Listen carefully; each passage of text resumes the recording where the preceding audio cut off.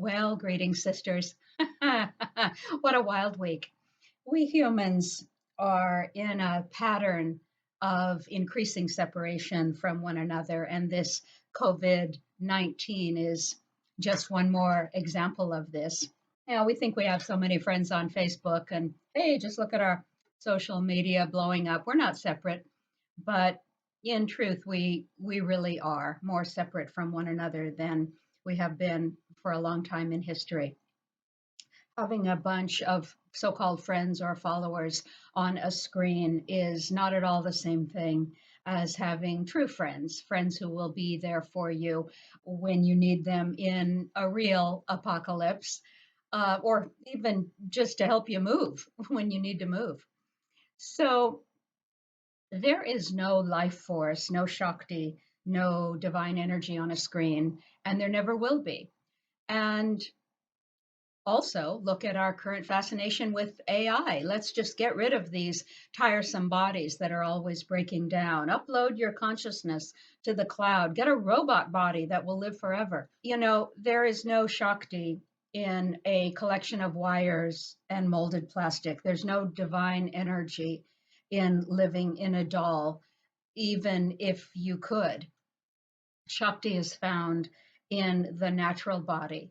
And we are, in our ignorance, finding all kinds of ways to divorce ourselves from this reality of Mother Earth and Mother Nature. We don't know any longer where our food comes from. We buy our stuff in boxes and plastic packaging made by, we don't know who. We order items from some unknown company half a world away, made by sometimes children in conditions we ourselves would not accept. We hardly ever walk barefoot on earth. More separation from land and Mother Nature, who provides us with everything.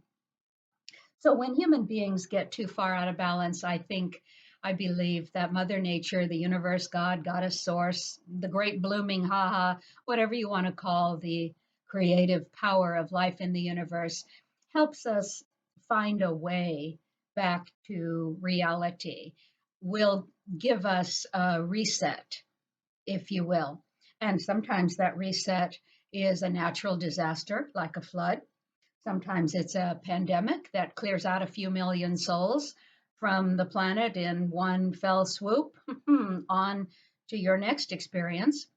So, 700 years ago, the Black Plague killed, some people say 30 million, some people say 50 million, some people say 100 million, but whatever it was a whole bunch of people in very short order. And at the outset, no one knew what caused the illness. God punishing us for our sins, said the church fathers, trying obviously to guilt trip everyone. People also said it was foreigners who brought the plague. Does that sound familiar? So we all know about that horror of history. But what is less spoken of is the undeniable historical fact that afterwards, after it blew over, life got a lot better for the average person. And historians will tell you that the conclusion of the plague and the ensuing years after the plague was completed and finished itself, that marked the beginning of a huge economic and sociological shift in all of Europe. Most of the things that we like about our modern life actually came from improvements that were made directly after and because of the Black Death. The medieval feudal system that so cruelly oppressed so many people for generations completely broke down after the plague was finished for lack of workers to sustain it. And now labor with fewer workers was far more valuable. And this was the very beginning of respect for workers' rights. And this was the beginning of the growth of the middle class. There was more land, more food, and more money available for the working classes. Pre plague, the common person was half starved all the time. And afterwards, the people who actually survived it ate much better, had stronger immune systems, and lived longer. We owe a lot of the advances of modern medicine to the plague. Before the plague, hospitals were not really for treatment of illness. They were basically places that you would go to die, and a nun would very kindly take care of you. But during the plague, hospitals started to shift to focusing more on treatment of the ill and helping people recover. And that was the beginning of these advancements in medicine as we know it today. Even our entertainment changed. Before the plague, religious authorities who ruled Europe, the Catholic Church, condemned all secular entertainment as the devil's work. But the plague sparked a new idea that joyfulness could heal you. And there's a medieval tract during the plague that advised whoever wishes to keep himself healthy and fight against death from pestilence should flee anger and sadness, leave the place where sickness exists, and associate with cheerful companions. And the comedies of Shakespeare also came out of this new post plague perspective. So we even owe our modern design of houses and the way we live in them to the plague. Before, everyone lived more or less communally, all together in large single halls, very dirty, very smelly, with men and animals peeing in the corners. Medieval housing did not mostly have these smaller individual rooms as we know them today. The plague caused people to realize that overcrowding and dirtiness contributed to the problem. And so the modern house, with its individual rooms and more space and privacy, came into vogue. So just think about for a moment living in a giant hall with everyone being able to see and hear what everyone else is doing, including children and the sick. Oh my goddess. Thank goddess for the plague. The plague also jump started education and literacy to a completely new level for the average person. Most of the literate monks who copied manuscripts by hand and had done so for a long time, a lot of them died.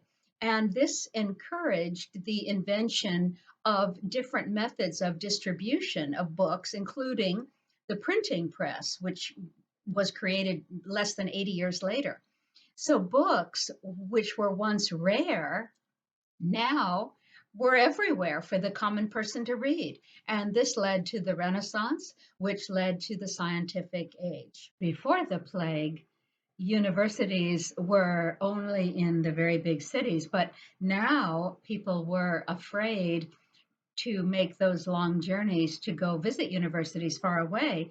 So lots of new local institutions were now established. Many of the professors who spoke only in Latin had died. So these vacancies were now filled up by teachers of lesser training who did not speak Latin. They used the common languages and they were able to reach many more people. And so education became no longer just for the elite.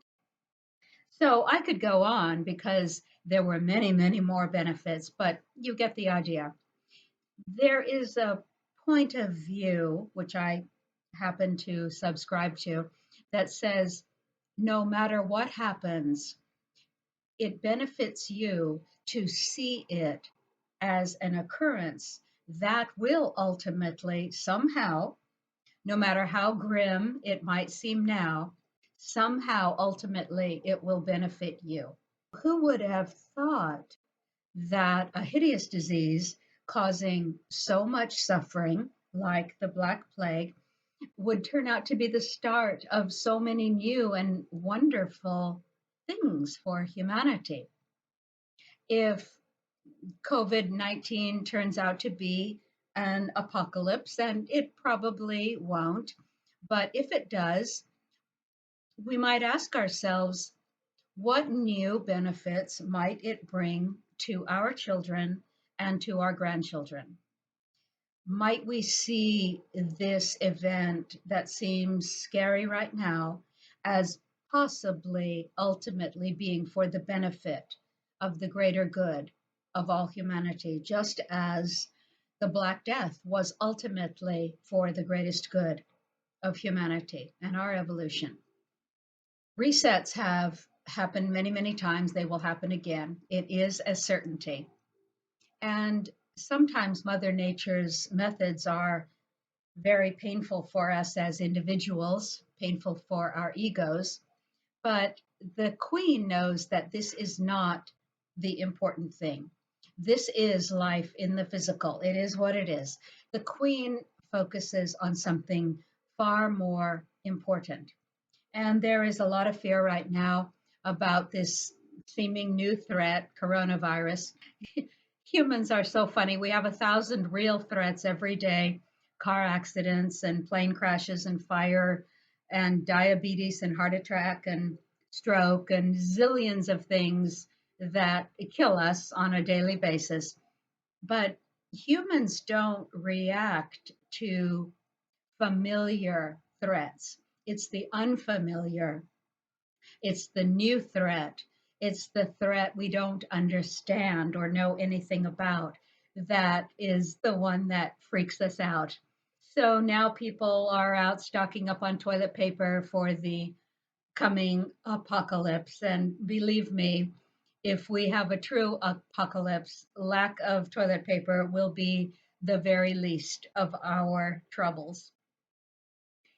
With the Queen teachings, we speak about the archetypes of woman: the maiden, the mother, the queen, and the wise woman, and the individual powers of each.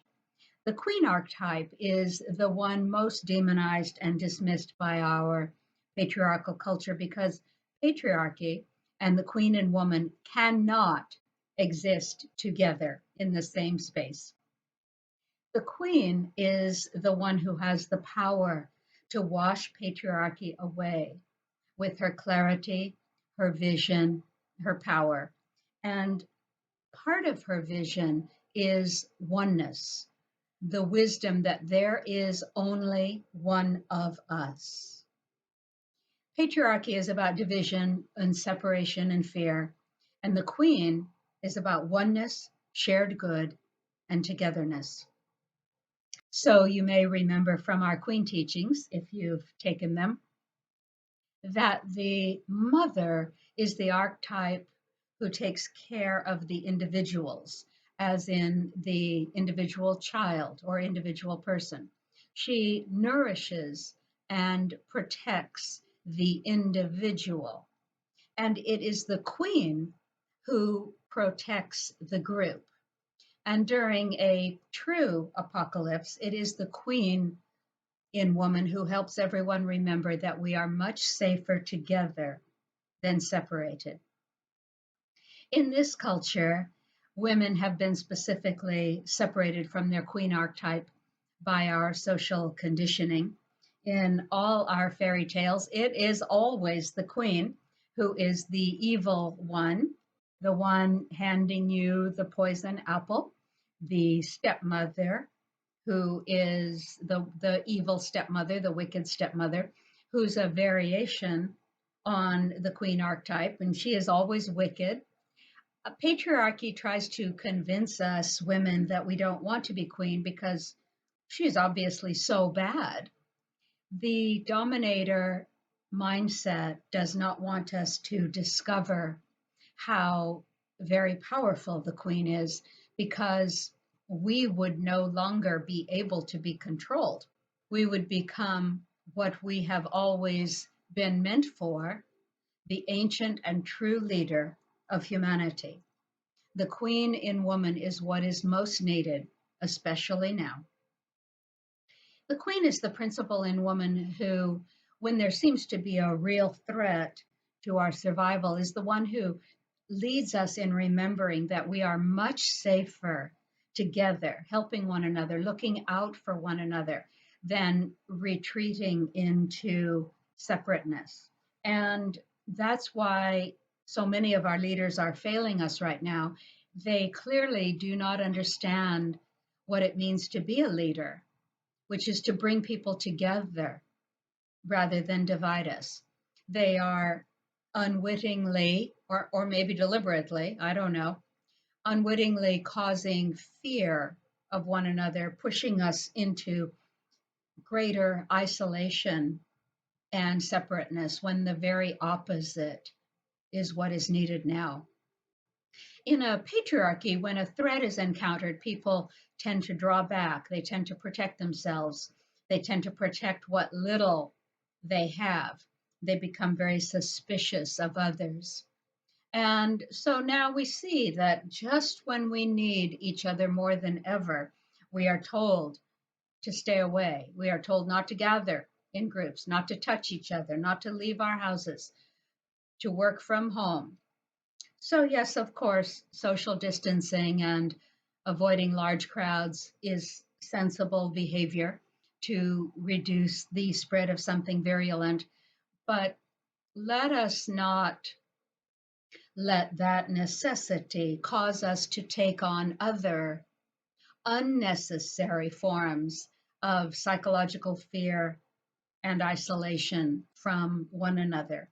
And let us pay attention when the government, which is justifiably instituting these martial law type measures to control the virus, no disagreement there, but let's pay attention to after the fact, because what normally happens is they just continue those when the threat is over. They never really retract those measures, and they just sort of allow them to become permanent, and we just adjust to them as the new normal. And this controls us and our freedom. And that's invariably what happens. So let us pay attention to that. More than ever, people need the warmth of each other, the divine Shakti of each other.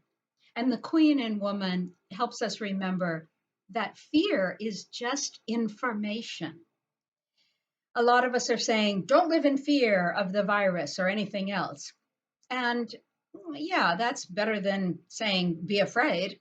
But it's also not in the end very useful, because living in the human form, there's really no way to avoid a certain amount of fear. As animals, we have a built in instinctive register for some degree of fear, and this is useful so that we can be cautious enough to keep our bodies alive. This is natural.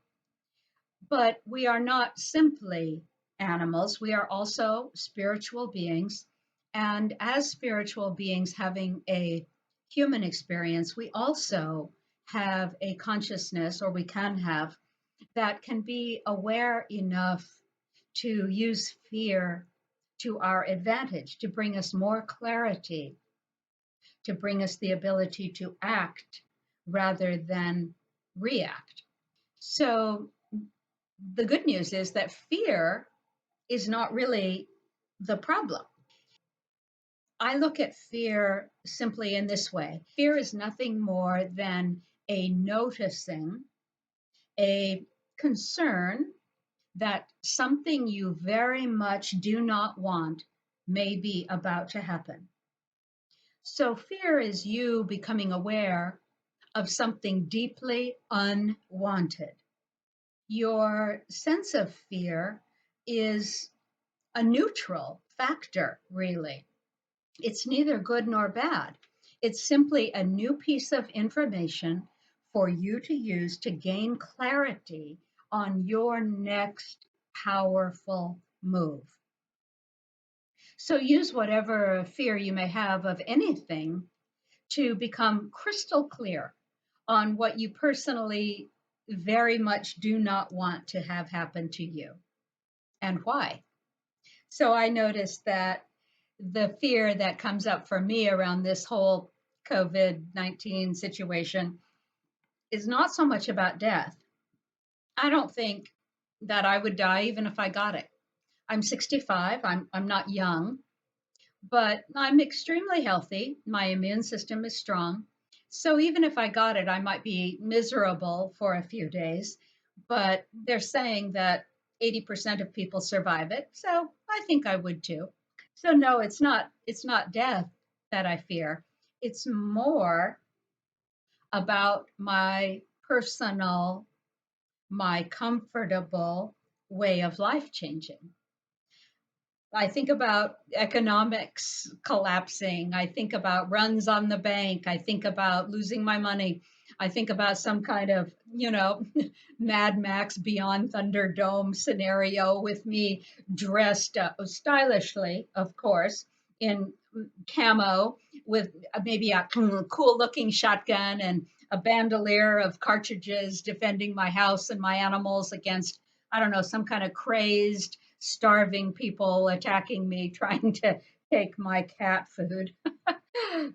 Do not even think of threatening my cats. I will destroy you. I will defend my cats against all comers. So I like my life. I like my house. I like my comfort.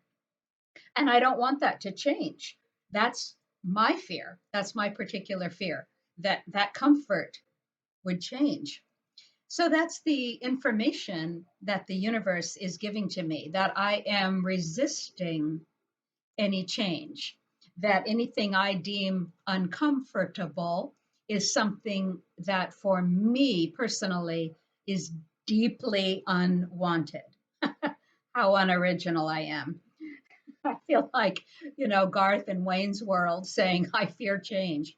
The words chosen for things in our world always have amazingly deeper esoteric meanings, I've found.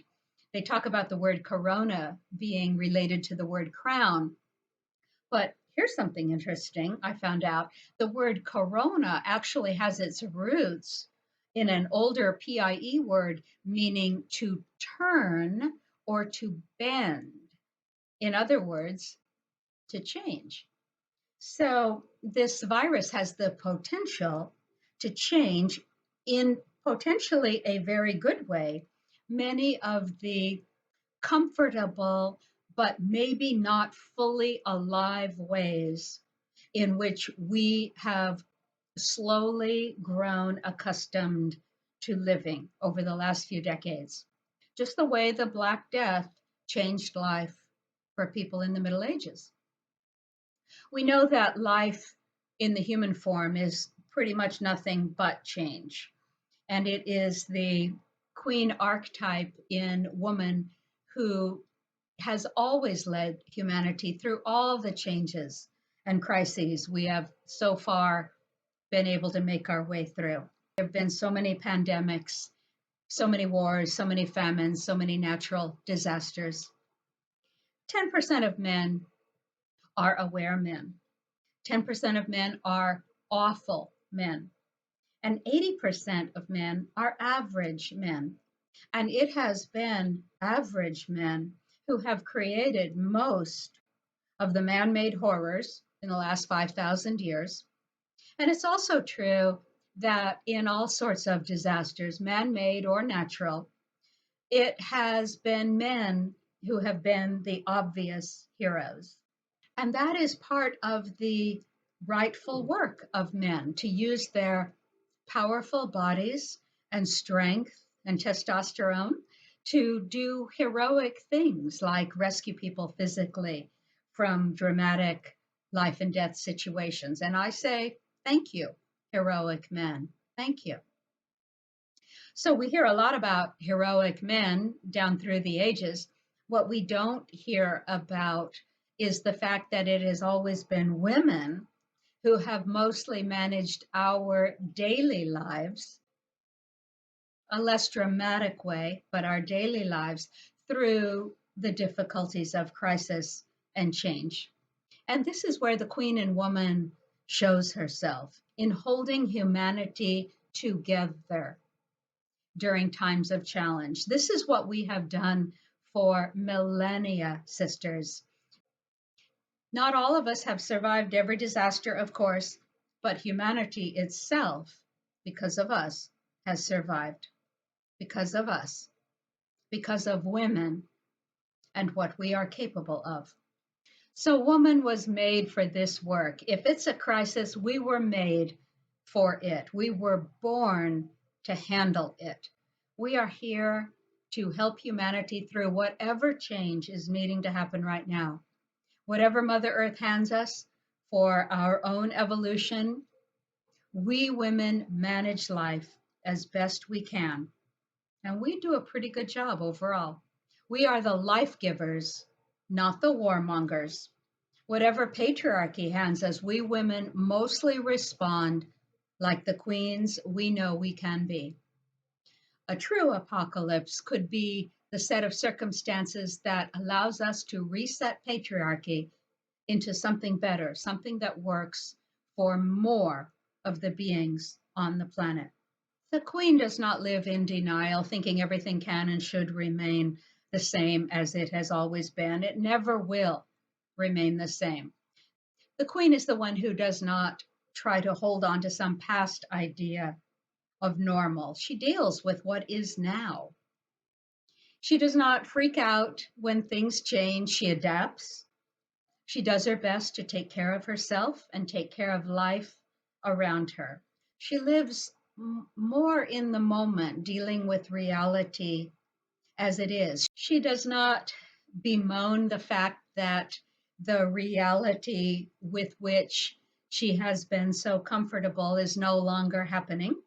She faces what is, and she helps herself and everyone else as best she can live as well as possible with whatever is going on. She remembers her queenly value of caring for the whole. This is the value that creates the most quality of life in any situation, including the situations of crisis and unexpected change.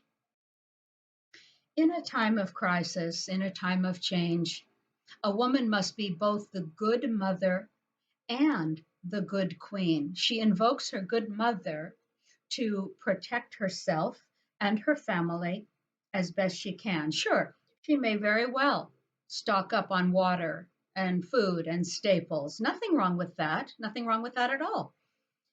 Every good mother prepares herself in her home first so she can take care of her family.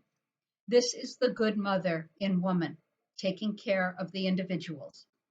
Do whatever you have to feel comfortable. Go buy 100 rolls of toilet paper if that makes you feel better, if that makes you feel safer. Just be sure when your neighbor comes knocking and asks to borrow something that you give her a roll or two. Be a good mother for your family. Yes, your family needs you and your specific good mother attention to the individual. That's the mother archetype. But also remember to be a good queen. What does a good queen do? She is mother to the group, the tribe. She holds a vision for humanity beyond the individual. She helps us remember to not retreat into smallness and fear and isolation, attempting to protect only our own selves. Rather, she helps us remember that to be truly safe, we must include all others. Think about it. When are you most vulnerable? When it's an us against them scenario, when it's war, when stressed out people are acting badly and coming to kill you for the food and toilet paper you have so carefully stocked up on. That's when you're in the most danger. That's the mindset of a small person who is isolating. And believe me, there is no amount of hoarding that will protect you if you have this mindset. Someone can always and will always come to take away what you have accumulated in the physical. Nothing is permanently safe in the physical, nothing. But what they can never take away is your queenly presence of mind, the ability to live shamanically, moment to moment. This is true power, to see the opportunities that life is offering you, presenting to you, giving to you right here and now. And this is what the Queen relies on, particularly in times of difficulty, being so present to the now moment that hour by hour, you have the magical insight and divine intelligence to see what energies are flowing right now past you, what is available to you right now, what is possible right now, so that you can care for yourself and others in this now moment. The Queen does not depend on governmental institutions that could be swept away in a second, or maybe never come to her aid. She does not assume that her insurance will somehow save her. She does not count on the fact that FEMA will show up because they're supposed to and make everything comfy for her again. No, the Queen lives shamanically, in tune with what's happening right now, in tune with nature, in tune with animals, in tune with the weather, in tune with her intuition, the information carried on the spring breeze, the messages from the grass under her feet. These are the things that keep her safe in the now moment. This is living with a wonderful, alive sense of immediacy instead of the comfortably numb complacency that most of us have been mired in for years. Shopping will not save us. Being a good shaman woman will. The Queen keeps reminding herself and everyone around her that we are safest when we are caring for one another. We don't necessarily need to sacrifice ourselves for others. We just need to include them in what we care about. When everyone is panicking, it is the Queen who calms us all, reminding us that we can get through this if we stick together, that we can share and care for one another. And when we do so, we'll all be safer. So, yes, wash your hands, avoid large crowds for the time being, but do not isolate your sense of being into some kind of mindless fear. Be queenly, remain calm. Crisis is what we women were made for. Change is what we women, as the good queens we are, manage for humanity. We always have. What is important here? Survival? No. Let us not devolve into worrying about mere survival. Do you want to live in some kind of Mad Max survival scenario? Survival is not what the Queen is about. The Queen is about quality of life. That is her focus, the quality of life she and each living being has. Our feeling about quality of life can feel threatened with some impending, seemingly serious change. But change doesn't necessarily mean our quality of life will go down.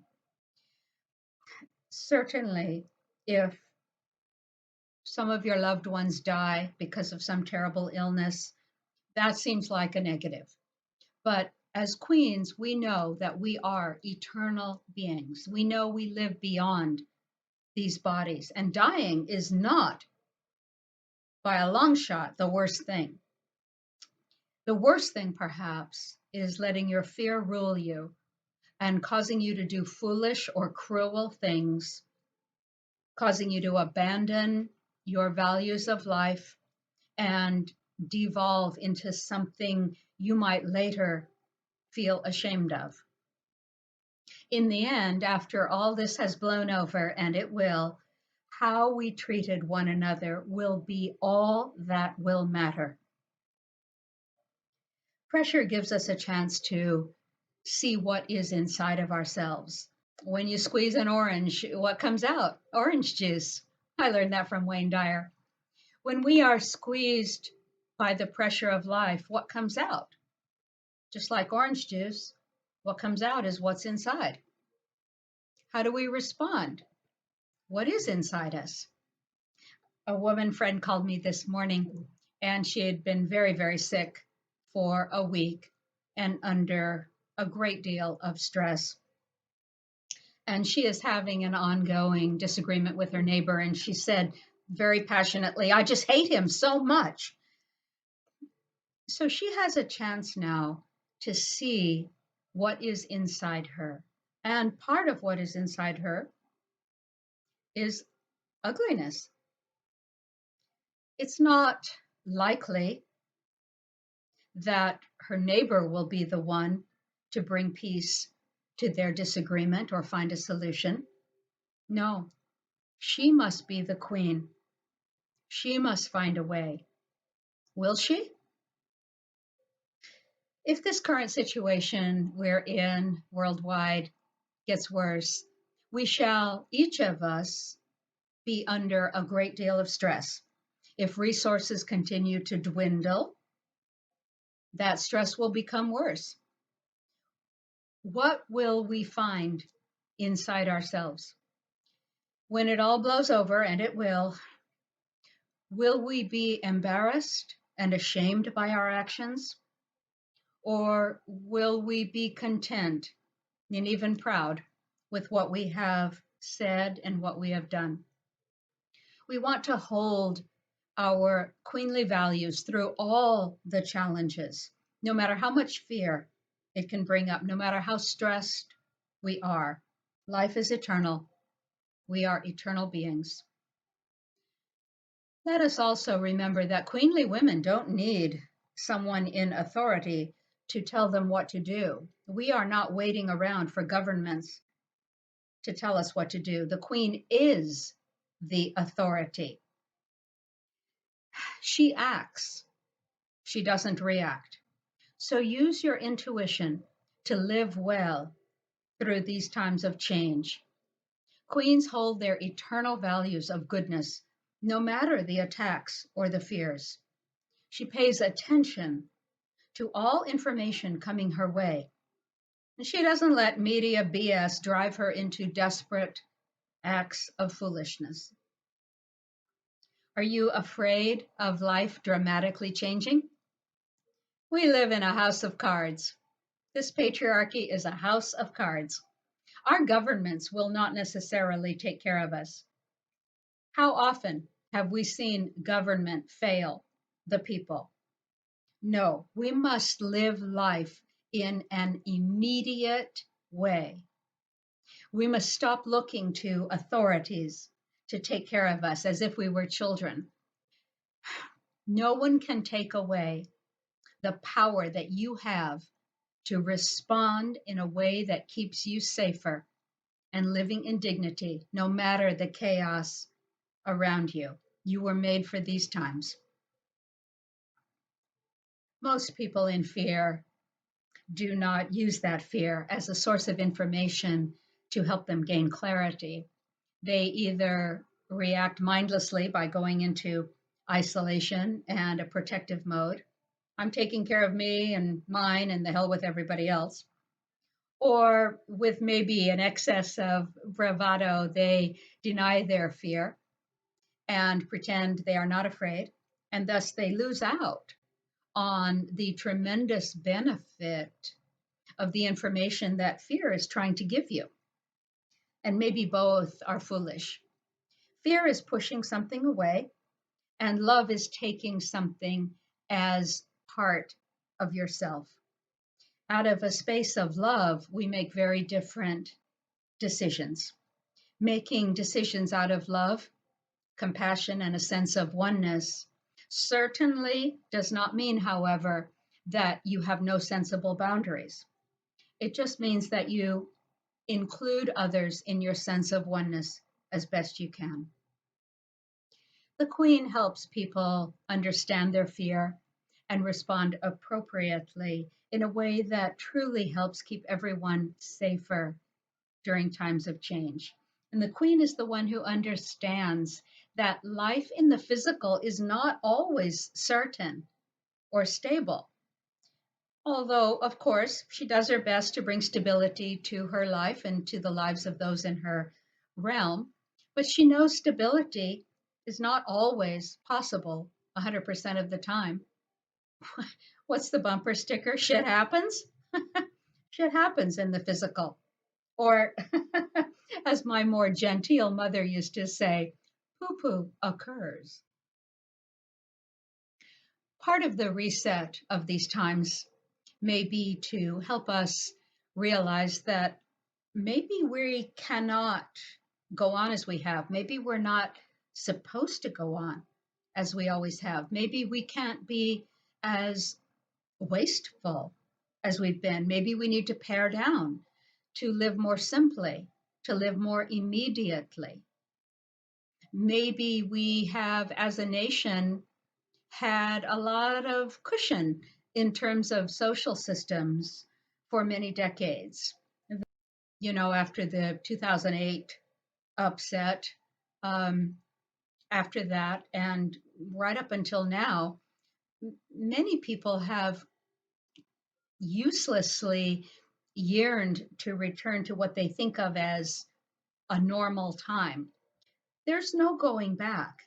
There is no normal time. There's only now.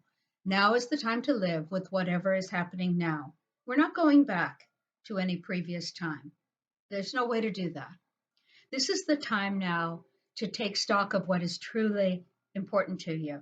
This is the time to stop wasting your precious time on trivialities. Become aware of your mortality because you are going to die at some point in the future.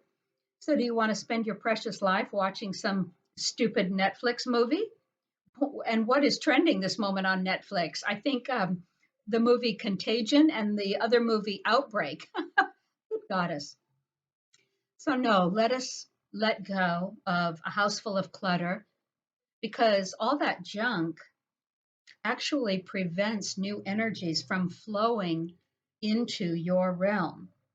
And it prevents new energies from flowing into your experience. Strip down to what is most essential and most beautiful and most supportive to you right now. And in this way, whatever happens, you will already be living your best life, a life that wastes nothing, including time, that includes only that which you love and use. This is a good time to see if you've become lazy about your health. Have you gotten fat and out of shape? A huge percentage of people who are type 2 diabetic in America right now going mindlessly to doctors, taking the insulin they are given. Now they're dependent upon this drug. Let me ask you, in a true apocalypse, do you imagine that that insulin is going to be available to you? It will not be, or only at some extreme price, reserved for the 1% perhaps. But the really good news is that our health is largely within our control. There's this doctor I follow, Dr. Jason Fung, Fung.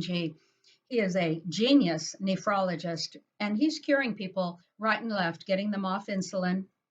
Insulin, as it turns out, my mom was severely diabetic, and so I learned this too late, but it's not too late for you. Insulin, it turns out, is exactly the wrong thing to give to most diabetics. You go ahead and YouTube him and find out how you can cure your adult onset diabetes yourself through eating differently. If you think health is about getting the new drug your doctor is offering you for whatever ails you, you are thinking in an old way. People who have strong bodies and strong immune systems are the ones who survive crises well and come out the other side. This is the time now to find out how to make your body strong. Find out about intermittent fasting. Find out about autophagy and what that can do to make you strong. YouTube those things. Educate yourself. In disasters, it's not going to be the out of shape, pharmaceutical dependent, fast food eating people who will prevail to live lives worth living. No, get strong now while you can. This is the time to let go of all laziness, all dependencies that don't serve you. Even while we temporarily social distance, this is the time for us to come together psychologically and emotionally and ask ourselves, who is our tribe? For millennia, people lived mostly in tribes of 100 to 150 people. In the case of a true emergency, similar to the Black Plague of the Middle Ages, that's what generally happens. People naturally return to living in smaller groups. So we might ask ourselves, who is our tribe? Who can you count on? Who would you be there for, and who would be there for you? Make a list. If you don't have at least 3 people who would be willing to let you come live with them right now if you lost everything, then perhaps you have become far too isolated and alone. Reach out, be a friend, make a friend. Human beings are interdependent creatures. We need each other. We should perhaps ask ourselves also, what do I bring to my tribe? Everything in nature must be useful somehow. If you've been lounging around, watching TV, eating Oreos, and waiting for your government check, you may very well be one of the ones life will send off to recycling. You have been given life, the most incredible gift of all. And it is your obligation to return something good to life. So, what is it? In a tribe of 100 people, what would they need you for? What would they value you for? It could be something very practical talent, like being an excellent mother, like being able to take care of children very well. Could be your ability to fix things or make things. Could be your ability to cook. Or it could be your specialized knowledge, like knowledge of health and healing and herbs. It could also be something less tangible, but still very essential. It could be your wisdom teachings. It could be your shamanic abilities. It could be your ability to lead people in prayer and gather them together. It could be your singing. It could be your art or your poetry. These things are essential to being human also. The important thing is to be clear about what you, as an individual, bring to life. Are you useful to your tribe? This is a moment to realize that we are safer looking out for one another. We are safer including everyone in the world in our sense of well-being. We are safer unifying and bringing ourselves together as one humanity on this planet. We are all living through the same situation, and most of us have pretty much the same fears. This is a time for radical empathy, and this is a chance to reset, to help us come back to one another. This is a reset perhaps for society to change where it needs to. Perhaps we need to stop shopping the way we do. Perhaps we need to stop spending money and working the way we do. Perhaps it's time to stop being so ridiculously busy all the time. Look at how this crisis is literally forcing us to stop running around, to stop going out, to stop being busy, to stay home more. Perhaps, imagine that, even to talk to and listen to our loved ones quietly at home by the fire. This is a dark time teaching. In the goddess culture of which I am a part, we do not allow the words dark or black to be used to describe anything negative, unwanted, or evil. The dark is just as important as the light. The dark must exist for the universe to exist. The Black Plague was a dark teaching for humanity, a difficult teaching, yes, but ultimately a good teaching. Perhaps we are in a dark time teaching now. Perhaps this is a time for each of us to go into our personal dark and see what good things, what calm things, what peaceful things, what quiet things and feelings we can discover. Going into our own personal dark, we can find many benefits in self reflection.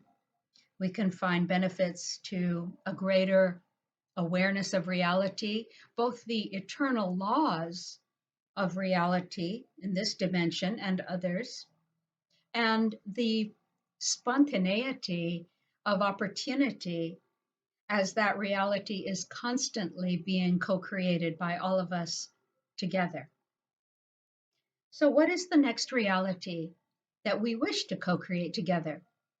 What values will we queenly women hold? Are we going to rush to the store in fear and push people out of the way to buy the last package of toilet paper? No, no, we are not about survival in fear. We are about quality of life and shared good. This is a time to be kind, to affirm each other. This is a time to be the first one to speak to a stranger, to reassure them if they're in fear. This is the time to realize that our every action is changing the very path of humanity and what is possible for us in the next now moment. As Maria Shriver said recently, maybe this moment can also be about something else that is just as big as the pandemic. Maybe it could also be about the virus of hate that's infiltrated our national conversation. Maybe it could also be about the virus that's keeping us from being kind to one another. I, for one, have had enough of the hate virus, the mean virus, the judgment virus. I've had enough of the yelling and the name calling. It's infected all of us and made us sick and tired, but we can radically change our behavior. This particular crisis of this now moment shows us how much we need each other. We are all in this together. The Queen takes care of herself and her family, yes, but she also holds the values that makes life worth living. Reverence for life, a sense of oneness, shared good, the wisdom that nothing ever really dies, it just changes form, and a knowing that everything is sacred. And it is from this position that she acts. The maiden archetype is associated with the mind, the mother with the body, the wise woman with the spirit, and the queen with the heart. The heart is not just an organ in the body, it is the gateway to eternity. It is a magical place in the unseen world where all humanity can come together to feel what is real and what is in our common good. This is a time when our leaders must be in their hearts and make calm and sensible decisions from the place of their hearts. Not logic, but the heart. And we as queenly women must require that our leaders do this because that is their job. As leaders of our own families, we too must do this. We must stay in our hearts and set the example for others. I have no idea if this is going to be an apocalypse, but whatever it is, It is definitely a chance for us to think clearly about how we want to live together on this planet going forward. It's a time for us as women to step into our queenly selves. We are the natural and right leaders for humanity. We are the ancient natural spiritual authority. It is time for us to know that we women were made for these times very specifically. We are the ancient natural spiritual authority, and ultimately, everything is a spiritual matter. So lead your tribe to goodness like the good queen you are. Let's stick together. Blessed be.